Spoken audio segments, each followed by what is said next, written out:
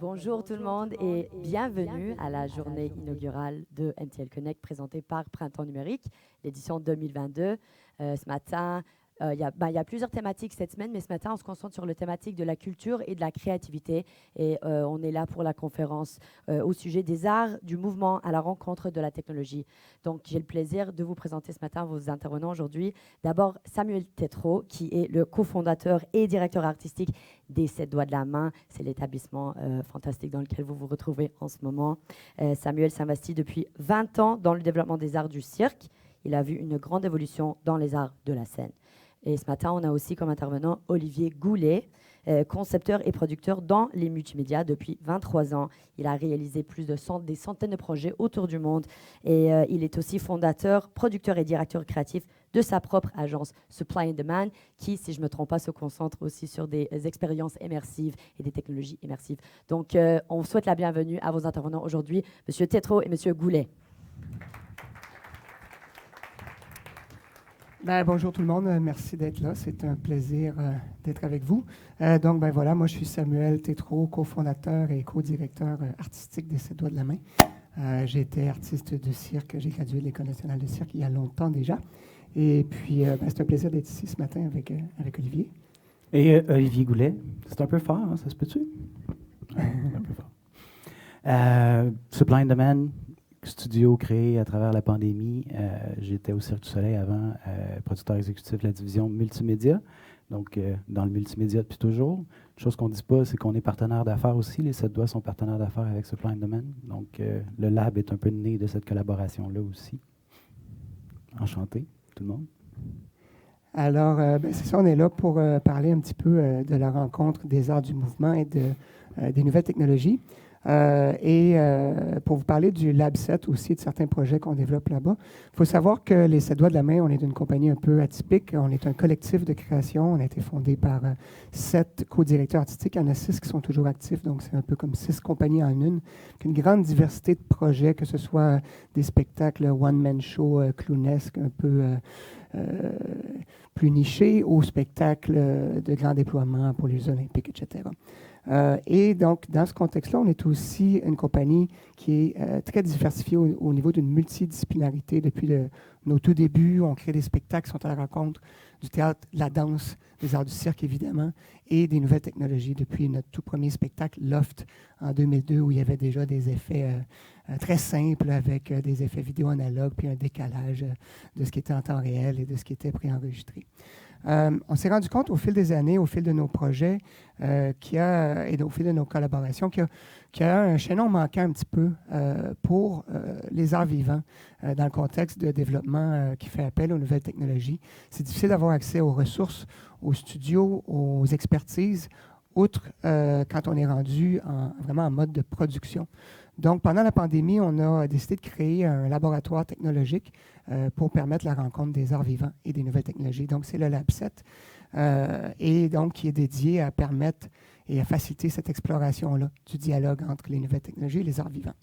Le Lab 7 profite du soutien de Développement économique Canada pour les équipements et du plan culturel numérique du Québec pour la création, le fonctionnement et la recherche.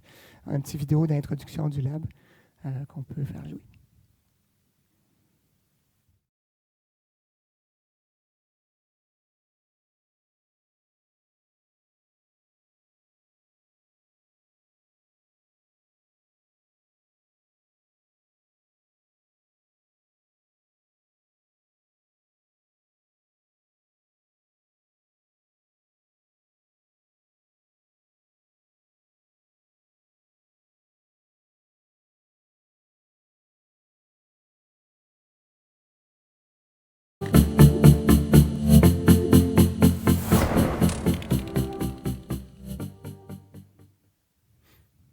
Alors, le Lab 7 a deux missions principales, ou plutôt deux axes de mission principale.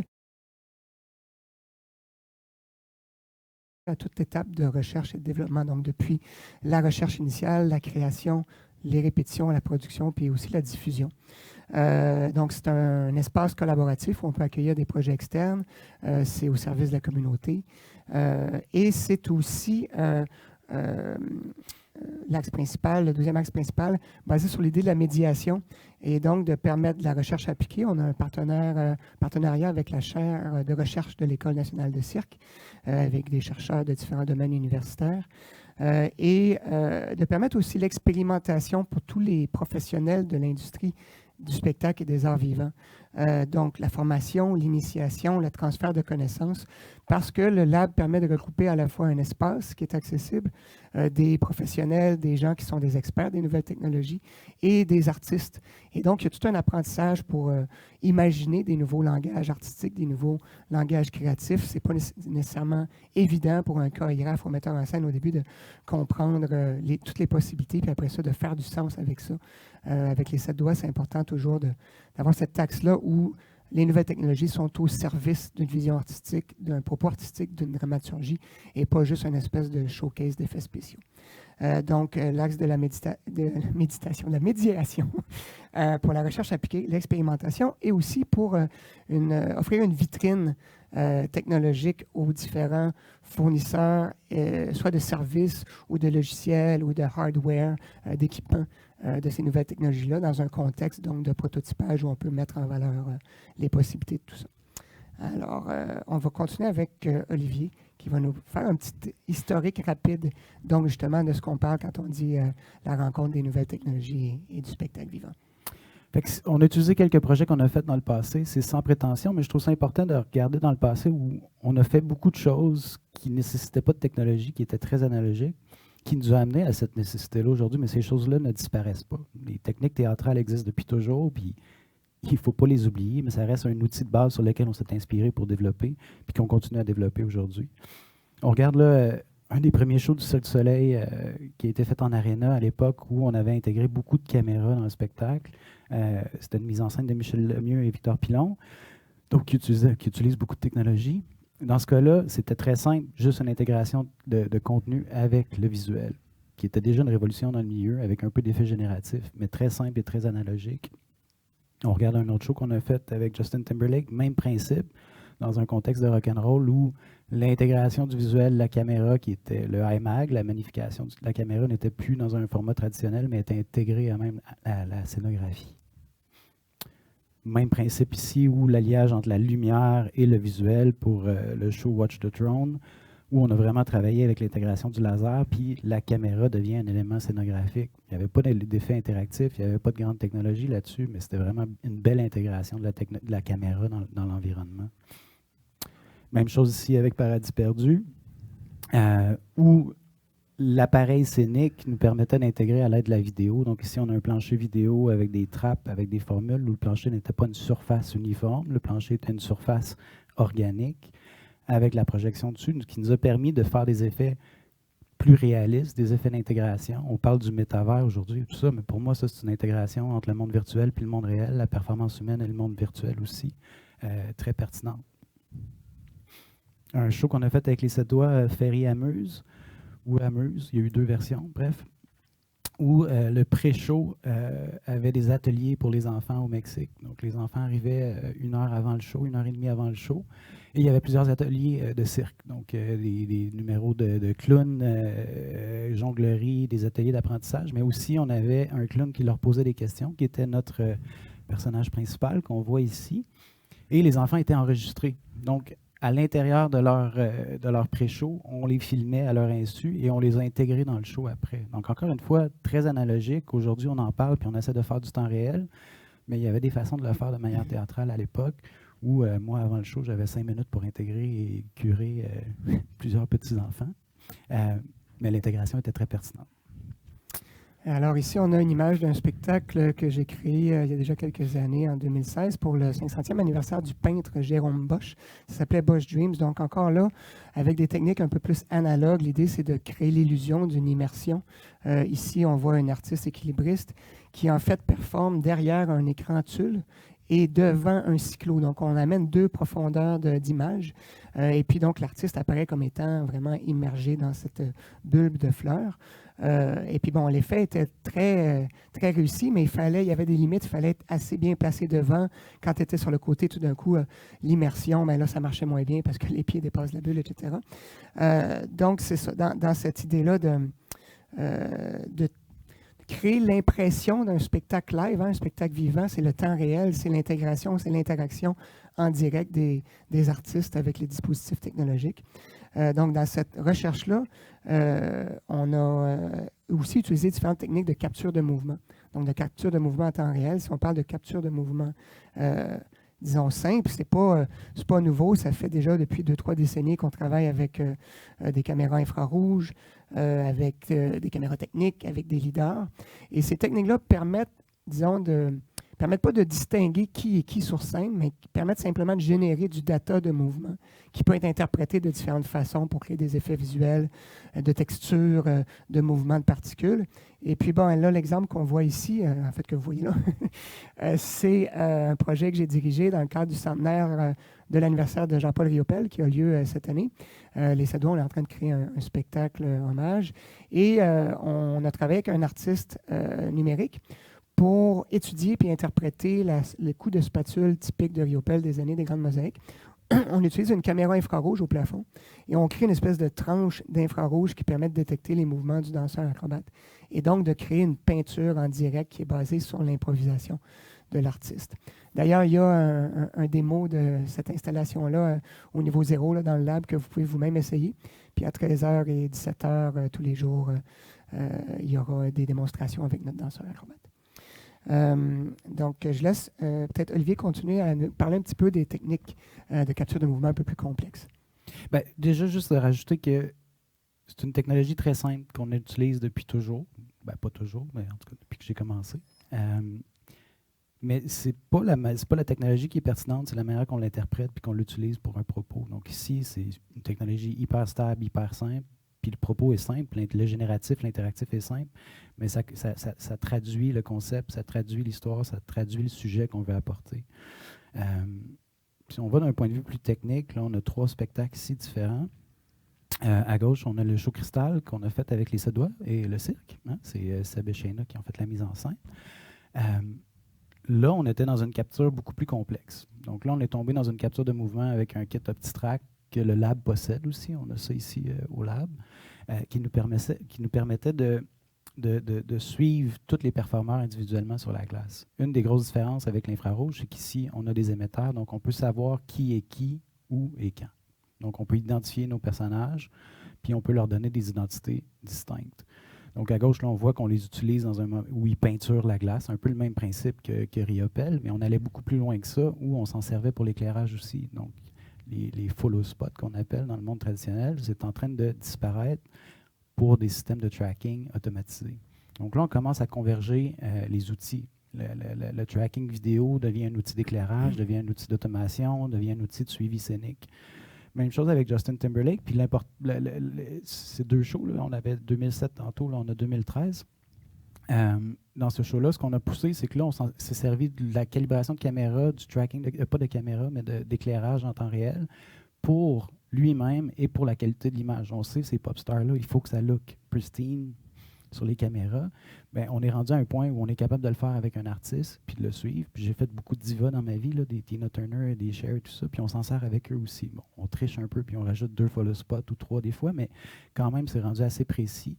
Une autre chose qui est très pertinente, c'est que ça nous permet de synchroniser le monde virtuel et le monde réel. Donc là, la vidéo peut être servie comme un éclairage aussi. Donc le show en bas, c'est le show du cirque en Chine, ex-Land of Fantasy, qui est un des shows à date qui a eu le plus de trackers. On avait à peu près 350 trackers dans le show. Donc, il y avait 2 postes à temps plein dans l'équipe qui deviennent des gens qui sont responsables de juste gérer des petites POC avec des petites batteries puis de s'assurer que les ID sont toutes bonnes. Mais ce qui était pertinent là, c'est que c'est tout un environnement. C'est un théâtre de 300 mètres par à peu près 100 mètres. C'est gigantesque. La vidéo, les projecteurs vidéo étaient utiles aussi pour la projection, pour l'éclairage. Donc, on pouvait servir de la couverture d'un projecteur vidéo puis juste avoir un spot traditionnel dans l'image vidéo comme un outil d'éclairage. Parce que la surface est tellement grande, à un moment donné, ça prenait trop d'éclairage. Donc, on a convergé les 2 médiums ensemble. L'autre chose aussi, c'est que la calibration de la projection. Donc, quand on fait une projection, on fait le focus sur un plan, mais si le plan bouge, il faut recalibrer l'image de projection. Donc là, le tracking nous permet de faire ça en temps réel. Donc, si le décor bouge en temps réel, mais la vidéo va se calibrer en temps réel. Ce qui rouvre la porte à des effets où un humain peut être suivi. Donc, je pourrais être une surface de projection, puis en bougeant, le système va suivre ma surface. On le voit de plus en plus, puis là, on est en train de se rendre en temps réel. Il fallait bouger très chorégraphié au ralenti, puis on arrive proche du temps réel aujourd'hui. Donc, tout ça, c'est dans l'explicatif que le lab, on a ces outils technologiques-là, on a ces machines qui permettent ça. On s'entend que les serveurs qui nous permettent de faire ces éléments-là sont très dispendieux, mais on explore aussi la technologie plus traditionnelle ou moins coûteuse pour les combiner. C'est toujours une espèce de mélange de ces multiples technologies-là. Puis c'est pas tout le monde. Un jeune artiste de cirque à l'École nationale n'aura pas nécessairement accès au kit à 1 million, mais il peut quand même déjà développer des compétences avec des technologies plus simples. Donc, on continue sur l'idée donc de ce dialogue-là entre le virtuel puis le réel. Je pense que c'est vraiment là où on est rendu de plus en plus. Et puis, en réalité, ce qui se passe, c'est que les technologies qui avant étaient réservées pour les studios de cinéma, puis les jeux vidéo, puis les effets spéciaux, donc on parle de moteurs de jeux vidéo, Unreal Engine, Unity pour ceux qui connaissent peut-être, et la capture de mouvement complexe avec, quand on parle du système OptiTrack, là, c'est dans un studio de capture de mouvement, il peut y avoir jusqu'à 300 caméras infrarouges un peu partout dans le décor. Maintenant, on arrive à optimiser ces systèmes-là, à les démocratiser un petit peu, notamment justement avec le travail du Lab 7 pour rendre ça plus facilement accessible et qui permet donc d'envisager maintenant en temps réel, pas juste en post-production, des productions qui font appel à ces technologies-là qui étaient autrefois réservées aux projets millionnaires, disons. Donc là, je pense qu'on a peut-être un démo de un de ces projets-là, c'est le projet qu'on appelle NFT.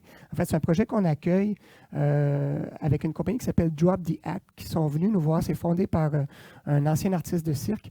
Ils sont un groupe de trampolinistes. Puis eux, ils se sont dit comment est-ce qu'on pourrait capturer le mouvement des artistes physiques, que ce soit des danseurs ou des acrobates. Chaque artiste a un mouvement unique, une façon de bouger qui lui est propre et unique. Comment on peut capturer ça, interpréter ça en collaboration avec un artiste numérique et créer une espèce d'œuvre d'art qui, elle aussi, est unique. Donc, d'où le lien avec le NFT, les Non-Fungible Tokens. Mais bon, ce n'est pas nouveau l'idée de garantir l'exclusivité de quelque chose, c'est surtout de comment mettre en valeur l'unicité du mouvement d'un artiste. Donc, on a des exemples ici. On a en haut à gauche, donc l'artiste qui a des marqueurs de mouvement. En bas, c'est le système Unreal Engine qui permet d'interpréter ça. Puis à gauche, c'est le travail qui a été réalisé avec un artiste des 7 doigts en art numérique. Je pense qu'on a un petit démo pour vous montrer de quoi on parle avec les NFT.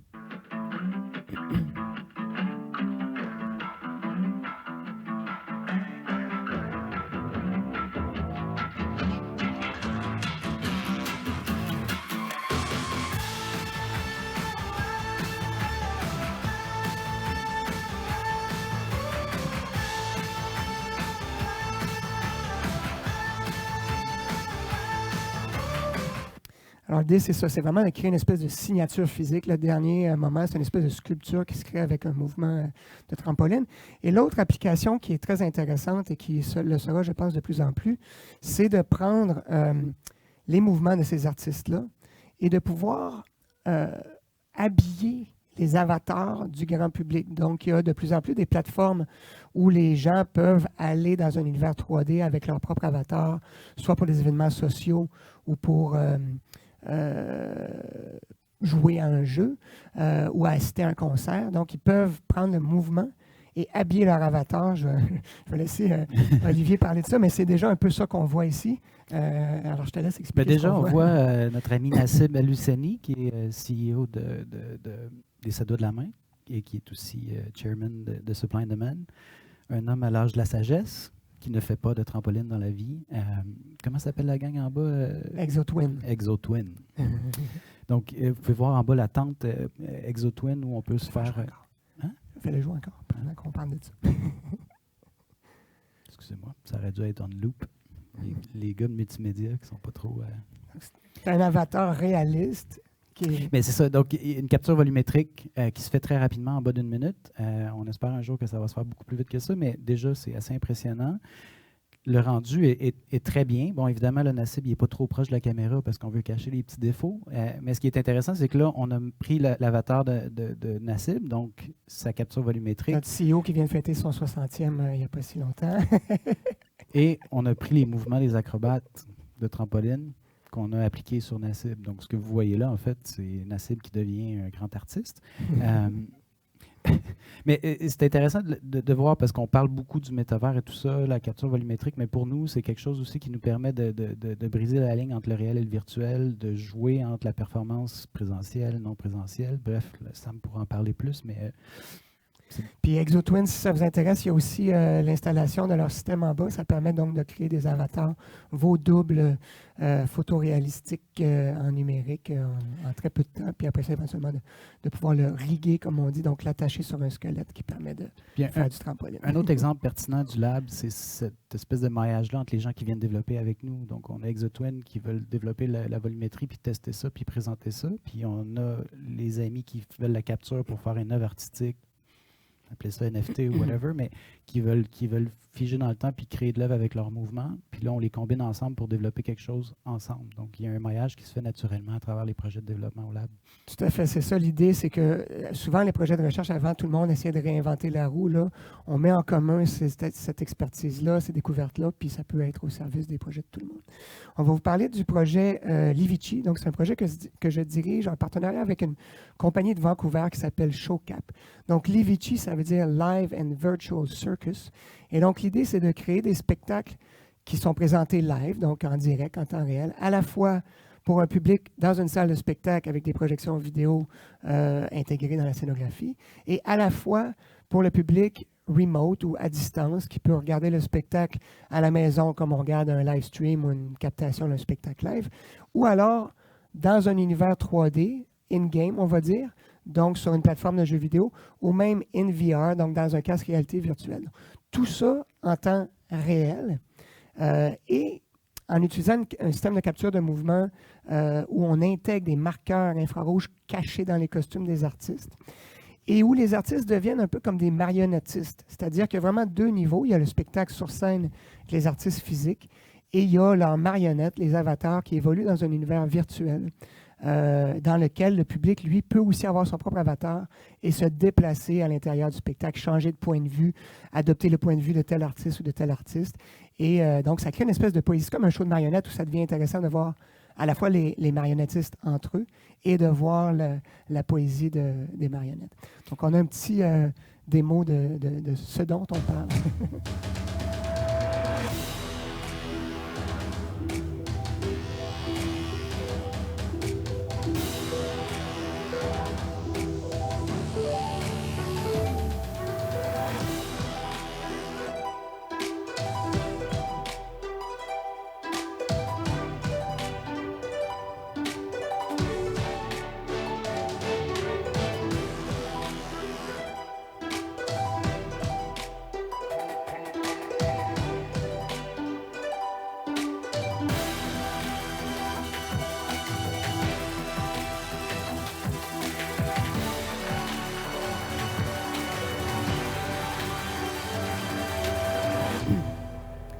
Alors, on commence vraiment à parler de dialogue et de briser les frontières entre le réel et le virtuel.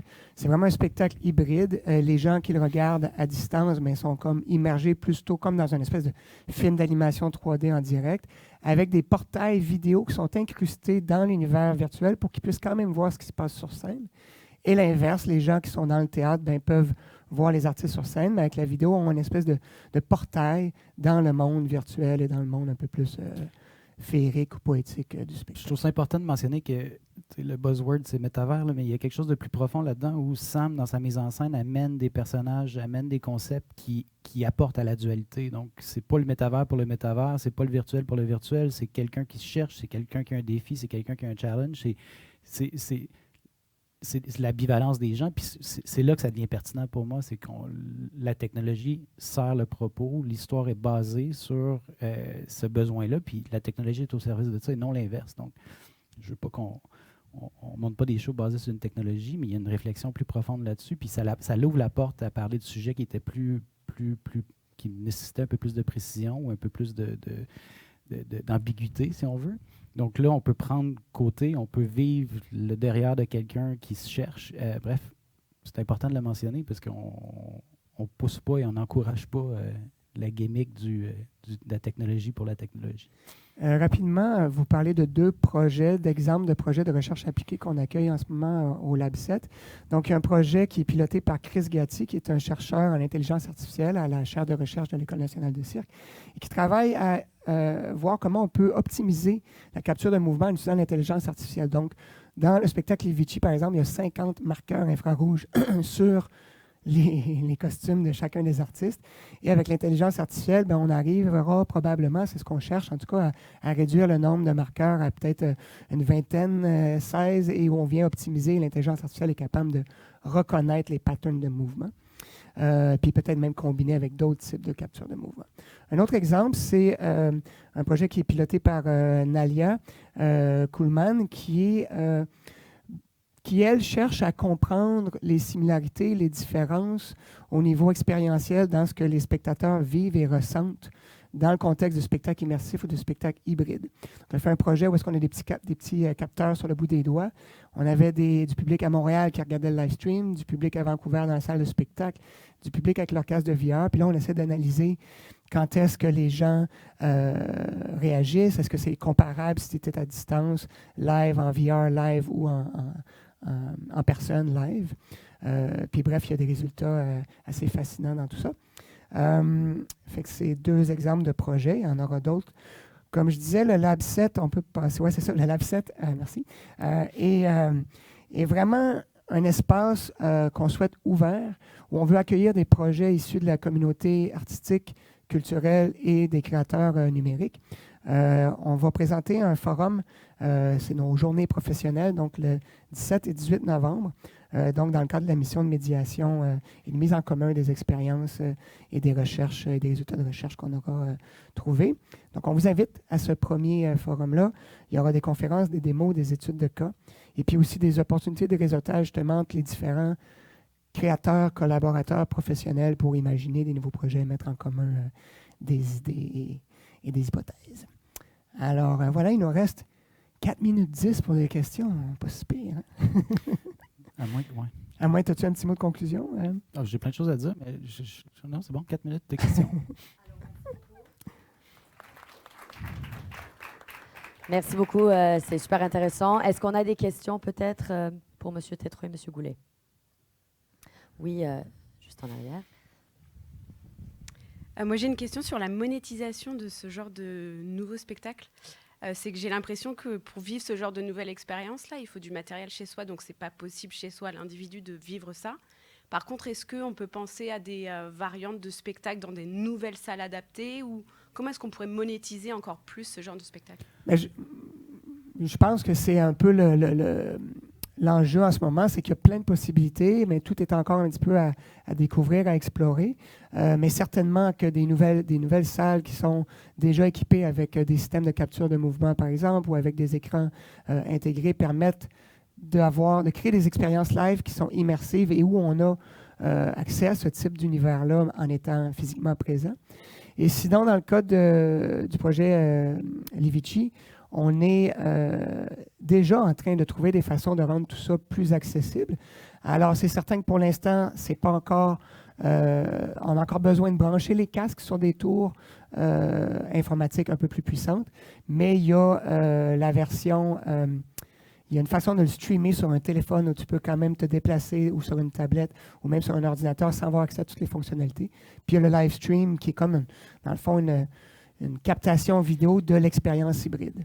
Il faut pas mélanger les cartes non plus. Là. Le but du lab, c'est d'essayer d'explorer puis de développer la technologie en arrière de ça, puis de voir comment ça sert le propos ou la performance humaine. Là, si on parle d'un point de vue 7 doigts, la pertinence du projet, ben, on peut le voir de 2 côtés. Oui, ça nécessite plus, mais oui, ça donne un accès plus à un show. Donc, un show traditionnel avec 1000 places, tout d'un coup, est-ce qu'on est capable d'aller chercher un peu plus de billets? Il ne faut pas imaginer que tout le monde est dans son casque. Oui, moi j'ai un casque chez nous, c'est pas tout le monde qui a accès à ça. Puis comme Sam dit, à un moment donné, si tu n'as pas un casque avec la connexion, avec une carte graphique qui te permet d'avoir une qualité intéressante, ben, ce n'est pas nécessairement intéressant parce que la résolution est trop basse. Ou il y aura du délai, ou il y aura des frustrations, mais même de le voir à la télé, ça peut être pertinent pour une audience secondaire, tertiaire. Puis plus la technologie va évoluer, plus les coûts vont diminuer. On le sait, là, ça ne vient pas de nous, ça vient du cinéma. On utilise des technologies du cinéma beaucoup présentement, qui sont très répandus. Avec la pandémie, c'est devenu de plus en plus répandu, puis ça devient de plus en plus accessible. Donc, c'est une recherche de fond, mais pour moi, je ne le vois pas comme un challenge de monétisation parce que les modèles sont beaucoup basés sur des shows de théâtre traditionnels ou des shows de performance humaine, puis ça l'ouvre une porte à des attendances secondaires. Est-ce qu'on va voir ça converger? Probablement. Est-ce que 100% du show aura, ou 100% des performeurs auront 50 trackers sur eux autres? Est-ce que l'entièreté de la scène sera couverte avec des...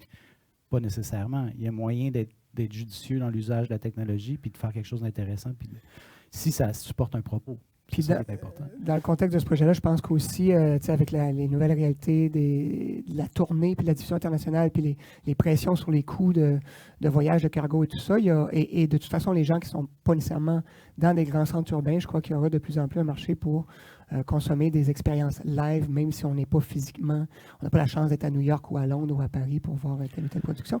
Et l'autre chose que j'aimerais ajouter, c'est au niveau de la monétisation, en tout cas, d'éventuelles sources de revenus pour les artistes eux-mêmes. Quand on parle d'œuvres d'art, de capter l'unicité de danseurs, acrobates et de transformer ça en œuvres d'art, l'idée, c'est de trouver des façons aussi que ça puisse être accessible. Et donc, une fois que tu as trouvé un certain nombre de formules ou de recettes qui fonctionnent, de pouvoir offrir ça aux artistes et qu'ils peuvent se les approprier et créer eux-mêmes en utilisant ces technologies-là.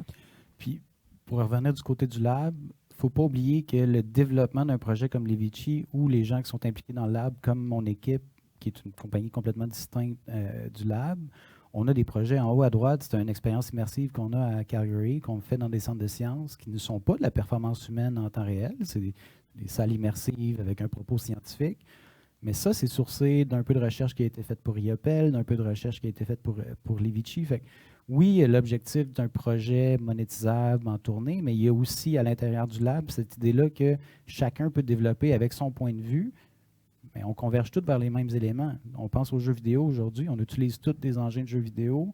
Il faut qu'on commence à travailler ensemble parce qu'on s'en va tous à la même place. Cette espèce de ligne-là entre le théâtre, le jeu vidéo, le film est en train de converger, puis les outils se convergent, puis c'est important qu'on le fasse. Fait que même si Levici devient, j'y crois au modèle de Levici, mais même s'il y a un projet en développement qui n'est pas nécessairement monétisable, il y a des petits-enfants qui peuvent sortir de ça, qui sont champ gauche complètement, comme nous, puis que ça devient une ligne de produit qui se vend très bien. T'sais.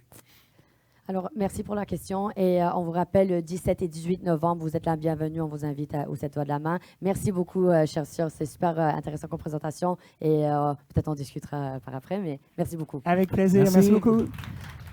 Alors, je vous rappelle, il y a une autre conférence qui commence sous peu. Je vous invite à rester. Ne quittez pas. Merci.